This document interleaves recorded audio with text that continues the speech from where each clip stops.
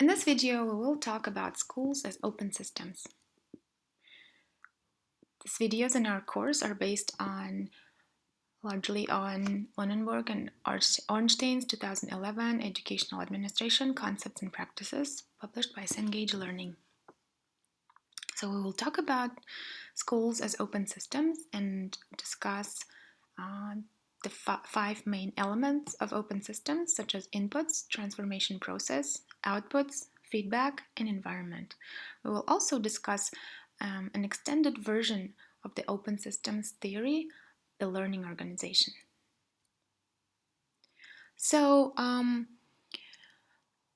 the open systems theory argues that schools are open systems, okay?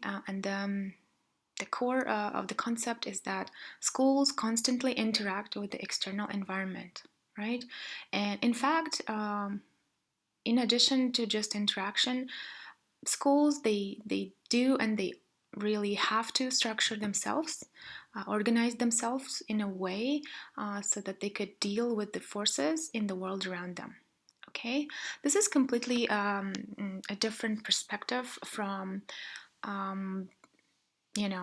the idea that schools are closed systems, right? That they are sufficiently independent, to solve most of the problems that they have through their own internal forces, right?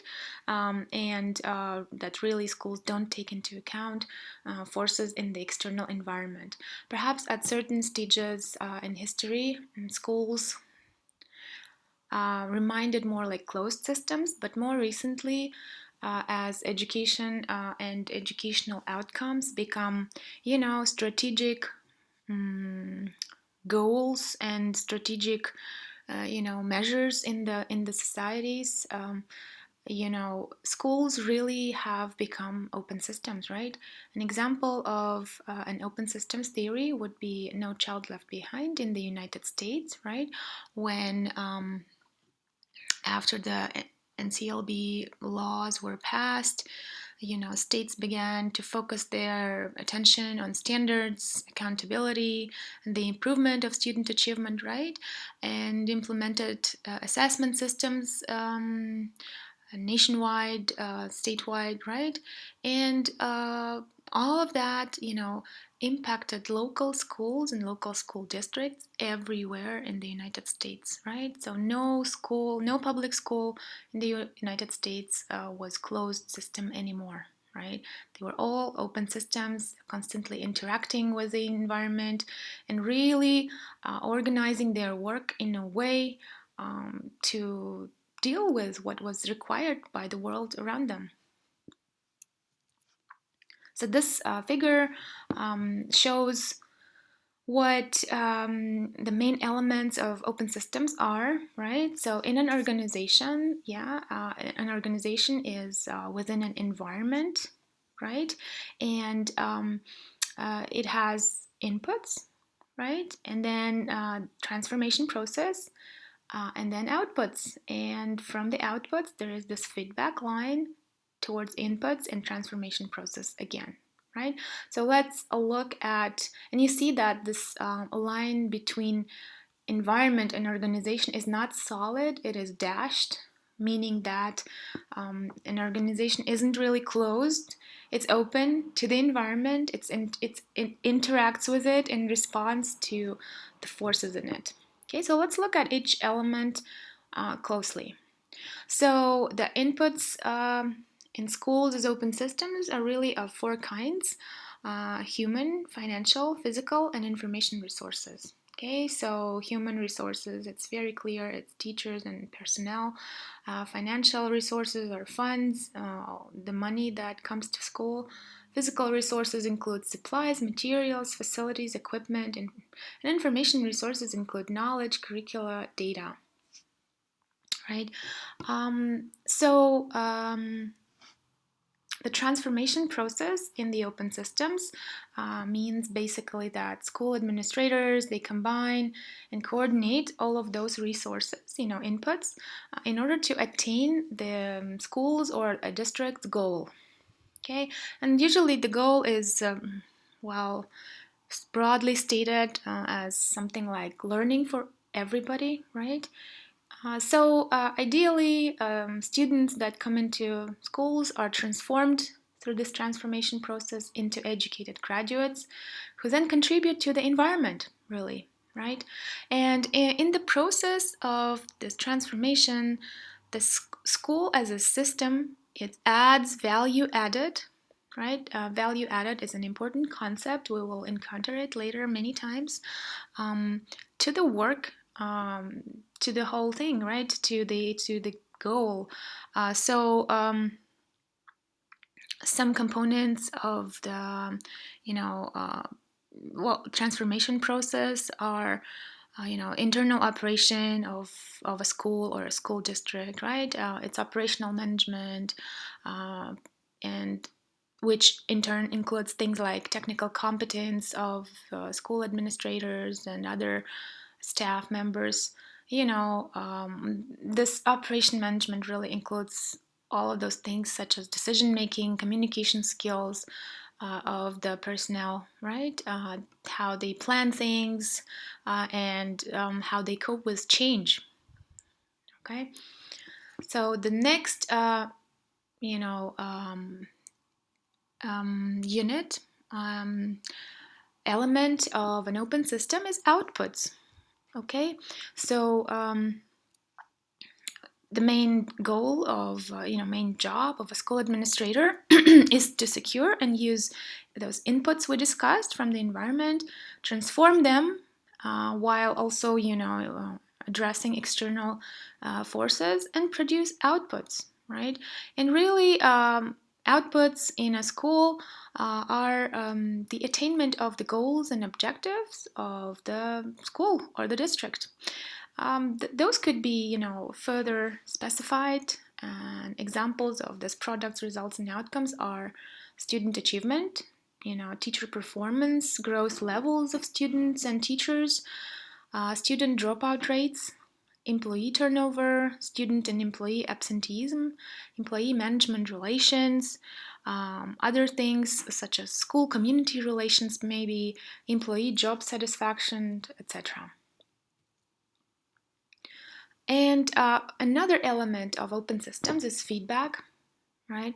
So usually feedback to the system is provided by outputs, right? For example, negative feedback may allow the school organization to correct deficiencies in the transformation process, or perhaps the inputs, right? Which those corrections ideally lead to better output. Okay, and finally, really, an important element in an open system is environment. It is important to realize that social, political, economic forces affect the school organization, and the reality of modern day school administrators is such that they have to manage all this internal operations, while at the same time constantly monitoring what's going on in the world, in the environment, and responding to those external demands. The idea of the open systems model was recently extended by, adding a brain to the organization, right? As if it's a living organism, right? So this guy, Peter Senge from MIT, he came up with the concept of a learning organization, right? And basically, a learning organization is the one that makes a strategic commitment to really learn, to capture and share the learning done in the organization by the organization for the benefit of individuals, teams, and the organization itself, right? So it is important that uh, a learning organization has, elements of it are aligned, and there is a collective capacity to really feel and understand, interpret what's going on in the ever-changing environment, um, keep learning in response to the changes in the environment, and then transform that new knowledge that was learned in the process into outputs, right? This is really, I think, fantastic. Perhaps those organizations are fantastic places to work. I have not yet worked in one. I perhaps I haven't worked in an ideal learning organization. I worked in many organizations where there were elements of learning organization, which were aspiring or developing learning organizations, right? But it's important to realize that to perhaps in this modern days, the one of the very efficient ways to organize an organization is as a learning um, organism, okay, as a learning organization. And Senge proposes 5 principles that, um, are vital for a learning organization to really to operate as a learning one, right? So the first is systems thinking, right? People in the learning organization, they see all parts as interrelated and affecting each other, right? The second element, principle is personal mastery, right?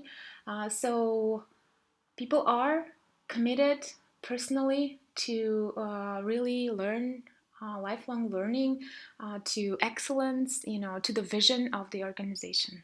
Okay. The third principle is shared vision, right? In learning organizations, people have an image of the future that they want to realize together. Okay. The fourth principle is team learning, and what it means is that in learning organizations, people learn together. They do it collectively, and this they understand that two brains are smarter than one, and there is this value is assigned to doing things together. Okay, and the final fifth principle is mental models, right? So, learning people in learning organizations have deeply ingrained assumptions, right, that affect their own and organizational views and their behaviors, right? So, this is very interesting. Type of organization, and Senge argues that schools should become learning organizations, right? So all these 5 principles, they kind of are similar to a person's DNA or a hologram, right? Really, when all these 5 principles they act together, the result is greater than each of these parts, each of the sum of its parts. Okay, and the idea, one powerful idea that Senge puts forward is people who implement the reforms, the changes, should be those who design those changes themselves, right? And for that, teachers and administrators, they need to learn how to build their own capacity, and that comes from their capacity to learn. Okay, thanks for watching.